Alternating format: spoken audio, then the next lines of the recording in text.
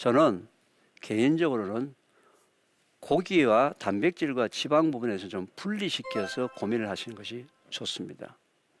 꼭 지방 함량이 많은 이유가 뭘까요? 맛있기 때문에 그렇죠. 고소하기 때문에 그렇죠. 꼭 기억하십시오. 뭐라고요? 이 세상에 공짜가 없습니다. 지방량도 적절하게 있는 고기를 선택해서 하루에 필요한 양만큼의 고기를 매일매일 조금씩 먹으면서 장에게 잠을 충분히 재워주기 위해서 밤에 충분히 숙면을 하게 하기 위해서 그래야지만 장이 원래의 면역세포가 원래대로 작동해서 면역력이 현상을 유지할 수 있기 때문에 고기는 일찍 먹는 것이 좋다. 낮에 먹든지 아니면 6시, 7시쯤 이르게 먹고 소화시켜 놓고 11시, 12시 돼서 자면 문제가 없다. 고기를 먹을 때 너무 태워서 먹지 말고 또 너무 그날 컨디션이 안 좋은 날은 꼭 고기를 먹어야 되겠다라고 생각하시는 분들은 뭐예요?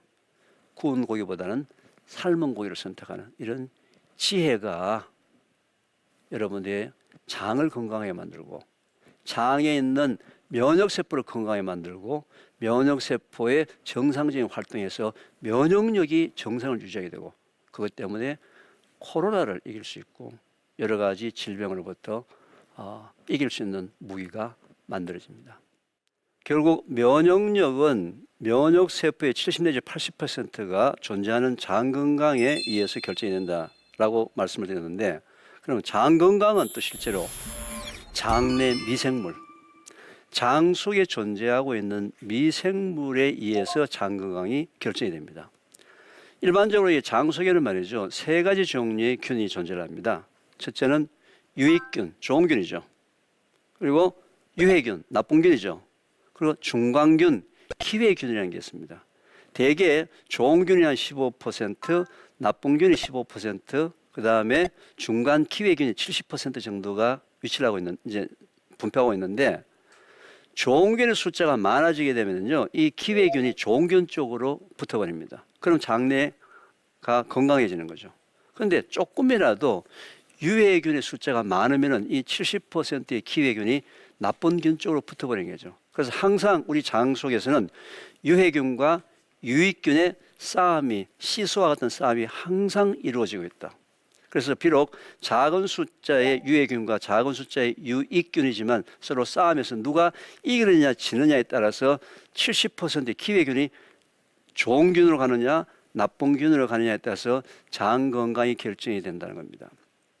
그런데 우리 생활 습관 중에서 또는 먹거리 중에서 유해균의 숫자를 늘리는 쪽이 너무 많다는 겁니다. 여러분 한번 생각해 보셨습니까?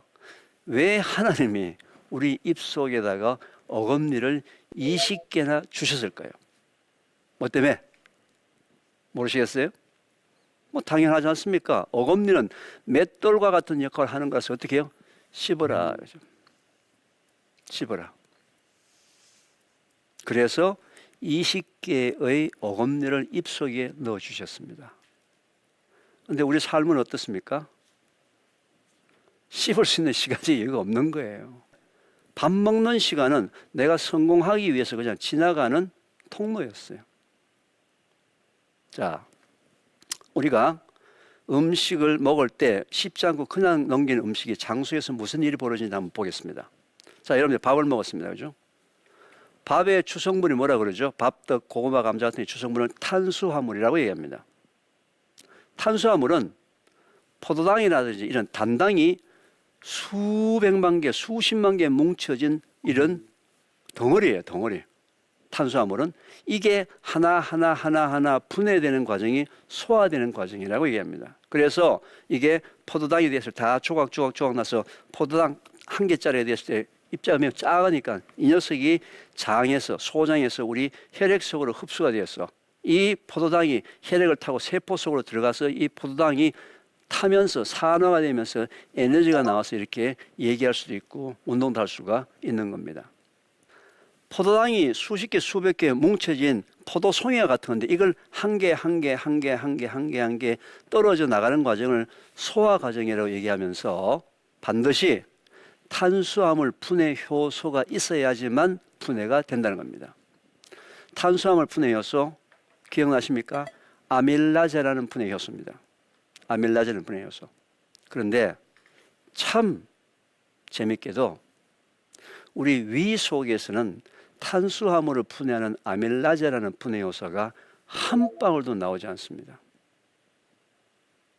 탄수화물 분해 효소 어디에 있을까요? 침 속에 포함되어 있어요. 침 속에. 아, 하나님 왜 우리를 이렇게 만들었습니까?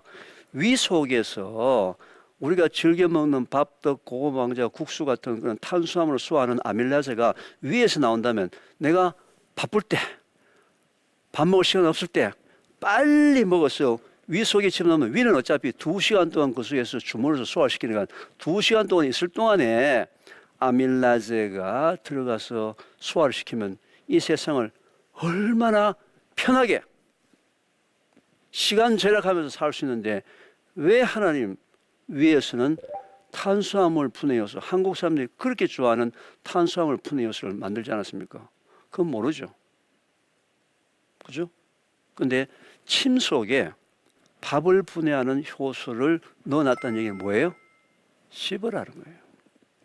자, 씹지 않고 소화제가 없이 탄수화물에 소화하는 아밀라제가 없이 그냥 내려가게 되면은 위는 2시간 동안 음식을 주물르기만 주물러서 죽을 만들어냅니다. 죽을 만들어서 장 속으로 내려보냅니다. 아밀라제가 있으면 이미 분해되어서 포도당이란 단당이 만들어져야 되는데 그냥 짬밥통이 된 거예요. 장이. 장의 온도가 보통 39도, 40도 아주 뜨겁습니다. 여러분 여름철에 뜨거운 짬밥통 한두 시간 되면 어떻게 되죠? 냄새가 지독하죠. 왜? 썩으니까. 이런 사람의 특징이 방개 냄새나 변 냄새가 매우 지독하다는 거예요. 음식이 소화되고 발효되는 것이 아니라 짬밥통을 만들어서 장소에서 썩어 들어가니까요. 왜 방개 냄새나 변 냄새가 독할까요? 장에서 지금 난리가 났는데 그것도 모르고 막 웃어가면서 까불랑거리고 막 돌아다니니까 얘야 안에 뭐가 문제가 있다. 뭐가 썩어 들어간다. 알려주려고. 근데 제가 안타까워하는 것은 뭐라 그랬죠? 어른들보다는 초, 중, 고, 대학생의 방귀 냄새나 변 냄새가 너무 지독하다는 거예요. 어머니들 집에서 아이들한테 좋은 음식, 비타민 주면은 다 되는 줄 아는데 엄마가 정성스럽게 만든 그 음식이 아이들의 뱃속에서 현재 썩어 들어가고 있다. 씹어야 합니다. 그 결과로 장 속에 유익균의 숫자를 늘려주는 방법이에요. 유해균의 숫자를 줄이는 방법이에요. 씹으시기 바랍니다. 특히 지금 건강이 갑자기 여러 가지 원인 모르게 나빠져서 힘들다. 무조건 식사 시간을 2배로 늘리십시오. 왜? 씹어야 되니까요. 그런데 저한테 이런 얘기를 합니다. 교수님, 먹고 사는 문제가 바쁜데 내가 밥 먹을 시간이 5분밖에 없습니다. 언제 씹습니까? 동료들하고 같이 식당에 가서 밥을 먹는데 2명이 가서 밥을 먹는데 나는 천천히 씹어서 먹으면은 앞에 내 동료하고 식사 시간을 맞출 수가 없는데 어떻게 내가 맞출 수 있습니까? 만약에 식사할 시간이 5분밖에 없다면은 5분 동안에 충분히 씹어서 먹을 수 있는 양, 작은 양만 드십시오. 그렇게 되면은 배가 좀 고픈, 위는 좀 배가 고플 때 누구? 장을 행복하게 하는 식사예요. 근데 우리는 지금까지 뭐예요? 위를 행복하게 하는 양적 식사에 우리 삶의 모습이 박혀 있습니다. 이제는 위를 만족하는 양적 식사가 아니고 뭐예요? 장을 만족하는 질적 식사로 모든 식사의 패턴을 다 바꿀 때입니다. 왜? 이제는 굶어 죽는 사람이 없잖아요. 그죠? 옛날에는 무슨 밥을 해가지고 그냥 배만 부르면 되는 아니죠. 이제는 먹는 양이 중요한 것이 아니고 내가 먹었던 음식이 얼마만큼 내 장소에 들어서 소화 흡수되느냐가 더 중요하고 그게 장내 유익균과 유해균의 숫자의 균형을 깨트리는 아주 심각한 우리 생활 습관 중에 하나다. 씹어서 드시기 바랍니다. 괜히 옆에 있는 사람, 다른 사람 씹지 마시고 입속에 들은 음식을 먼저 씹으시기 바랍니다. 이게 인간의 기본 회복 중에 굉장히 중요한 습관 중에 하나예요. 씹으셔야 합니다. 그런데요, 하나님은요, 입속에 이 치아를 20개나 줬는데 안 씹을 줄 알았어요. 안 씹을 줄 알아가지고 치아를 20개나 좀 어금니를 20개나 줬는데도 안 씹고 그냥 넘기면 장이 그냥 막 엉망진창이 되니까 가장 마지막으로 췌장한테 부탁을 합니다. 이 친구가 내가 걱정에 대해서 치아를 어금니를 20개나 넣어줬는데 그래도 안 씹고 그냥 꿀떡 삼키면 얘가 죽으니까 췌장 너가 지금 얘가 먹었던 탄수화물의 절반 정도를 소화할 수 있는 아밀라제를 네가 내놔라 해서 마지막으로 췌장한테서 탄수화물을 분해하는 효소 아밀라제가 50% 정도가 나와서 다들 지금 이게 멀쩡하게 지금 살아있는 거예요. 다들 멀쩡하게 살아있는 거예요. 여러분, 췌장한테다가 그냥 감사하다고 한번 이렇게 두드려 주세요. 너 지금까지 수고했다. 내가 너 때문에 지금까지 살고 있다. 대신 앞으로는 내가 너를 고생을 안 시켰다. 어떻게? 지체로서의 직분으로서 각각의 역할을 해야 된다는 거예요. 입은 입으로서의 역할을 해야 되는 것이고 췌장은 췌장으로 역할을 해야 되는 건데 지금은 전부 다 췌장한테 전부 다 뭘 밀어버리니까 지금 근래에 와서 현대인 중에서 췌장에 대한 질병이 점점 증가를 하고 있어요. 왜요? 지체로서 자기가 해야 될 거, 입은 입으로서 해야 될 거 안 하고 그냥 밀어버리니까, 췌장한테 줘버리니까 췌장이 밤낮으로 고생을 하고 있어요. 씹으시기 바랍니다.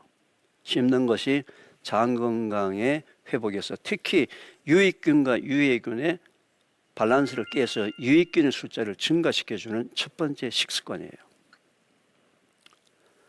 또 많은 분들이 이제 장내 미생물을 하게 되니까 손을 듭니다. 아, 교수님, 그 유산균이 해결할 수 있습니다. 유산균이 해결할 수 있나요? 저는 그렇게 생각하지 않습니다. 자, 한번 보겠습니다. 유산균이라는 얘기는 뭐냐면 유자는 말이죠. 우유의 유당에서 나온 글씨예요.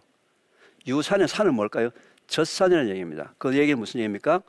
우유 속에 있는 유당 성분을 시큼한 젖산 성분으로 바꿔주는 균을 유산균이라고 얘기하고요. 그 유산균의 종류는 우리 흔히 많이 들어서 알고 있는 락토바실러스, 비피더스 이런 균들이에요. 이런 균들이 약 19가지의 균들이 현재 상품화가 되어 있습니다. 유산균이라는 부분들은 유익균의 숫자를 좀 늘려주기 위해서 우리가 먹어준다는 거죠. 원군을 보내줘가지고 유익균 숫자를 좀 늘린다는 의미지 않습니까? 그런데 우리 장 속에 존재하는 이 균의 숫자는 장내 미생물의 균의 숫자가 약 100조, 200조, 300조 조 단위로 존재합니다. 그런데 우리가 먹는 상업용 그 유산균은 주로 10억에서 100억 마리 정도예요. 10억에서 100억 마리가 장수에 들어갔을 때 장수에 이미 100조개가 있기 때문에 영향이 없어요. 영향력을 미칠 수 없어요. 즉, 큰 컨테이너에 그냥 물 한 박에서 집어넣는 거라 말이죠. 두 번째, 이 유산균은 위산의 담즙에 매우 약합니다. 다 죽어요. 그리고 온도에 약합니다. 좀 끓이거나 온도가 올라가면 다 죽어버립니다. 그래서 이제 유산균을 만들어내는 회사에서 이제 캡슐을 씌워가지고 이제 장까지 살아서 내려간다. 뭐 그런 기술들이 많이 개발돼서 상품 많이 나와 있죠. 근데 아까 제가 말씀드린 대로 그 유산균의 숫자가 장에까지 도달을 했는데 장에 도달해서 이게 번식을 해야 된다면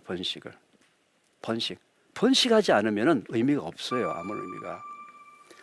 자, 번식을 하려면 유산균이 번식을 하려면은 세 가지 조건이 되어야 됩니다. 첫째, 먹이가 있어야 돼요. 둘째, 온도가 적절해야 됩니다. 셋째, 습기, 물이 있어야 돼요. 온도, 습도, 먹이 이 세 가지가 있어야 되는데 습도, 장수에는 물이 있죠. 됐어요. 온도, 장수의 온도가 약 39도, 40도, 뭐 36.5도 이게 그 장이 사는 온도 그것도 됐어요. 뭐가 없어요? 먹이가 없다는 겁니다. 먹이. 여러분, 유산균의 먹이가 뭔지 아세요? 유산균의 먹이는 포도당입니다. 포도당이 있어야 되는 거죠. 근데 우리 장은 소장과 대장으로 구분이 되어 있습니다. 소장이 하는 역할, 대장이 하는 역할이 좀 틀리죠, 그죠? 소장은 주로 영양성분을 흡수하는 역할을 하고, 대장은 주로 노폐물들 바깥으로 빼내면서 물을 흡수하는 그런 주요 기능을 갖고 있는 거죠. 그런데 아까 우리가 했던 그 장내 미생물들은요, 소장보다는 대장에 거의 다 존재를 합니다. 존재는 거의 대장이 존재를 해요. 그런데 소장이 하는 역할이 뭐라고 그랬죠? 포도당을 흡수하는 역할을 합니다. 이상한데? 아까 분명히 장내 미생물의 먹이가 포도당이라 그랬는데 소장이 흡수해버리게 되면 대장에는 포도당이 못 넘어가기 때문에 대장에는 균들이 먹이가 없지 않느냐? 없죠. 왜요? 소장에서 포도당을 흡수를 해버리니까 대장에 있는 유익균의 먹이가 없습니다. 포도당을 줘야 되는데 없다는 얘기죠, 그죠? 포도당, 과당 같이 한 개 있는 것을 우리가 단당이라고 얘기합니다. 단당. 포도당과 과당 이게 두 개 붙어 있는 게 뭘까요? 당이 두 개 붙어 있는 거. 그렇죠. 이당이라고 해요. 이당. 이당이라고 하는 것이 가장 대표적인 것이 뭐죠? 설탕, 꿀, 엿. 이건 이당이에요. 근데 이당은 말이죠. 쉽게 분해가 돼요. 쉽게 분해가 돼서 소장에서 쉽게 분해가 일어납니다. 당이 세 개가 붙어 있는 게 뭘까요? 세 개. 자, 아까 두 개 붙어 있는 게 이당이라고 했으니까 세 개는 뭐예요? 삼당 또는 다당. 그죠? 예. 세 개에서, 당이 세 개에서 10개가 붙어 있는 당의 이름을 올리고당이라고 얘기합니다. 올리고당. 세 개에서 10개가 붙어 있으면 소장에서 분해가 일어나지 않는 거예요. 분해가 일어나지 않고 소장하고 대장하고 연결돼서 대장이 올라가는 상행결장. 대장이 상행결장, 횡행결장, 하행결장, S결장에서 직장을 통해서 항문으로 가거든. 이렇게 디귿자 형태의 큰 구조로 되어 있습니다. 3개에서 10개짜리 올리고당은 소장에서 분해가 일어나지 않습니다. 어디로 넘어가요? 대장 초입에 넘어갑니다. 대장 초입에 넘어가게 되면 3개에서 10개짜리 올리고당이 분해가 되면서 이 대장 초입에 있는 상행결장과 횡행결장 쪽에 있는 먹이 장내 미생물에다가 포도당을 공급을 해주는 거예요. 따라서 대장 속에 있는 유익균의 숫자를 늘려서 면역력을 원래대로 회복하려면 뭐예요? 음식 중에서 올리고당, 프락토 올리고당이라는 성분이 포함되는 음식을 먹어야 합니다. 어떻게? 매일 한 끼 이상. 프락토 올리고당이 가장 많이 포함된 음식이 첫 번째, 콩. 두 번째, 양파, 마늘. 또는 요즘 마트에서 떨이용으로 나오는 시커멓게 익은 바나나 있죠. 많이 익은 바나나. 또는 잘 모르실 것 같은데 가을이 되면요, 약혼이라는 게 나옵니다. 약혼. 고구마 같이 생겼는데 맛은 배 같은 그런 약혼이 있습니다. 소위 이런 프락토 올리고당이 들어있는 음식을 반찬으로 섭취를 해야지만 대장 속에 있는 균의 먹이를 공급을 해준다는 거죠. 그런데 3개에서 10개짜리는 말이죠. 초입하고 횡행결장 정도만 다 가고 하행결장, S결장, 직장 항문까지는 3개에서 10개까지 도달할 수가 없어요. 도달할 수가 없어요. 우리나라가 지금 이제 인구 10만 명당 45명의 대장암 환자가 있다고 얘기했는데 그 대장암 중에서 가장 많은 곳이 뭡니까? 직장암이에요. 항문 끝부분에. 거기에는 균이 거의 없다니, 거의. 자, 그러면은 3개에서 10개짜리는 초입까지는 공급을 했는데 3개에서 10개짜리는 초입에서 공급했죠. 그러면 저 항문 끝에 직장까지는 3개에서 10개까지 못 가니까 20개, 30개짜리가 붙어있는 긴 녀석이 가면서 거기까지 가야 된다는 거죠. 따라서 당이 20개에서 30개 연결된 것을 우리가 일컬어서 이눌린이라고 합니다. 이눌린. 따라서 이눌린이 포함되어 있는 음식을 반찬으로 매일 한 끼 이상을 드셔야 돼요. 이눌린이 가장 많이 포함된 음식이 뭔지 아시죠? 첫 번째, 우엉, 도라지, 더덕, 고들빼기, 돼지 감자 또는 외국 같은 경우는 치커리. 뭐예요? 뿌리식품입니다. 뿌리식품. 이 세상에 하나님이 뿌리 식품을 만들어 놓은 이유가 뭐라고요? 우리의 직장 속에 있는 유익균에게 먹이를 주려고. 그런데 지금 제가 언급한 그 음식들은 뭐죠? 젊은 친구들이 안 먹는 음식이에요. 그렇죠, 그죠? 이거는 바뀌어야만 합니다. 왜? 이건 하나님의 창조의 원리이기 때문에 그렇습니다. 마트에서 요즘 설탕 대용으로 요리를 할 때 올리고당을 많이 사용을 합니다. 다들 이제 올리고당이 이제 다이어트 식품이다. 또 살이 안 찐다. 왜?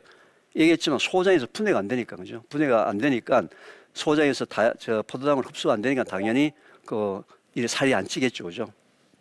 그런데 이 올리고당은 설탕에 비해서 당도가 50%밖에 안 돼요.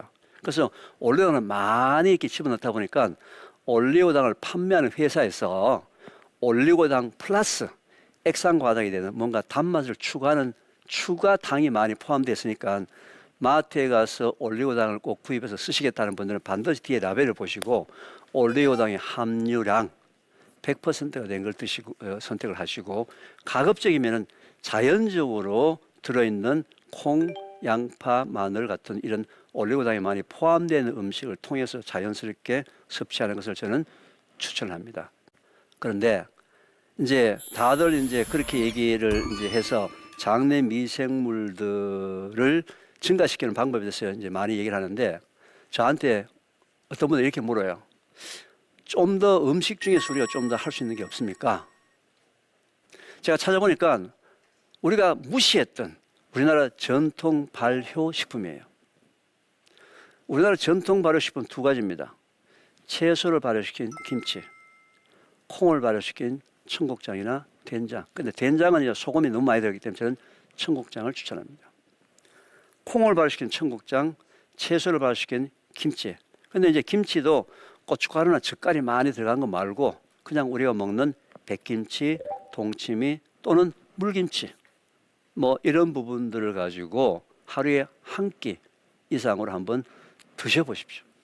실제로 여러분 몸에서 어떤 현상이 벌어지는지 한 달 후에 여러분이 직접 눈으로 보는 일이 확인을 하셔야 돼요. 어떤 일이 벌어지는지 한번 해보십시오. 청국장, 물김치, 그다음에 아까 프락토 올리고당에 들어가는 반찬, 그다음에 이놀린에 들어가는 반찬을 적절하게 한번 먹어보십시오.